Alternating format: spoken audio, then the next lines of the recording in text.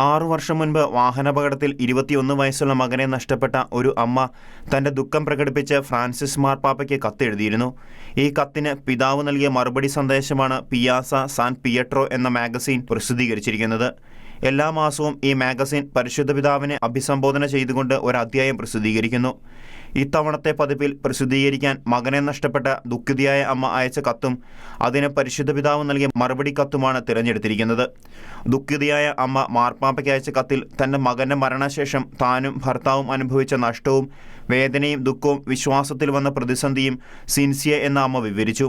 എന്നാൽ ആ വർഷത്തെ അമലോത്ഭവ മാതാവിന്റെ തിരുനാൾ ദിവസം സിൻസിയയ്ക്ക് തന്റെ വിശ്വാസത്തിൽ വീണ്ടും ദൃഢപ്പെടാൻ സാധിച്ചതും എന്നാൽ തന്റെ ഭർത്താവിന് അതിന് കഴിഞ്ഞിട്ടില്ലെന്നും സിൻസിയ കത്തിൽ പറയുന്നു. തുടർന്ന് മകന്റെ പേരിൽ ഒരു ഫൗണ്ടേഷൻ ആരംഭിക്കുകയും റെഡ് ക്രോസിൽ സന്നദ്ധ സേവനങ്ങൾ നടത്തുമ്പോഴും തന്റെ ഹൃദയത്തെ അലട്ടുന്ന ചില ചോദ്യങ്ങൾ തന്നെ പിന്തുടർന്നുകൊണ്ടിരിക്കുന്നുവെന്ന് സിൻസിയ പാപ്പയോട് കത്തിൽ പങ്കുവയ്ക്കുന്നു. എന്തുകൊണ്ടാണ് ദൈവം തന്റെ മകനെ രക്ഷിക്കാതിരുന്നത്? തന്റെ മകൻ സ്വർഗത്തിലാണോ? അവൻ തന്റെ കുടുംബത്തിന്റെ കാവലമാലാകിയായിരിക്കുമോ? എന്നീ ചോദ്യങ്ങളോടെയാണ് സിൻസിയ തന്റെ കത്ത് അവസാനിപ്പിക്കുന്നത്.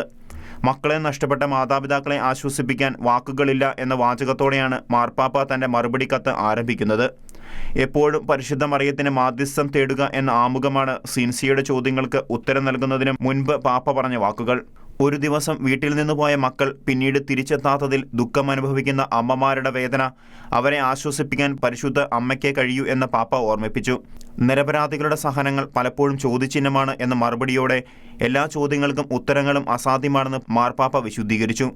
ഏതൊരു തിന്മയെയും നന്മയാക്കാൻ ദൈവത്തിന് കഴിയുമെന്ന വിശുദ്ധ ജോൺ പോൾ രണ്ടാമൻ മാർപ്പാപ്പയുടെ വാക്കുകൾ ആവർത്തിച്ചുകൊണ്ട് പരിശുദ്ധ പിതാവ് സിൻസിയയെയും അവരുടെ ഭർത്താവിനെയും പ്രത്യാശയോടെ മുന്നോട്ട് പോകാൻ ഉദ്ബോധിപ്പിച്ചു. Church desk, Shekinah news.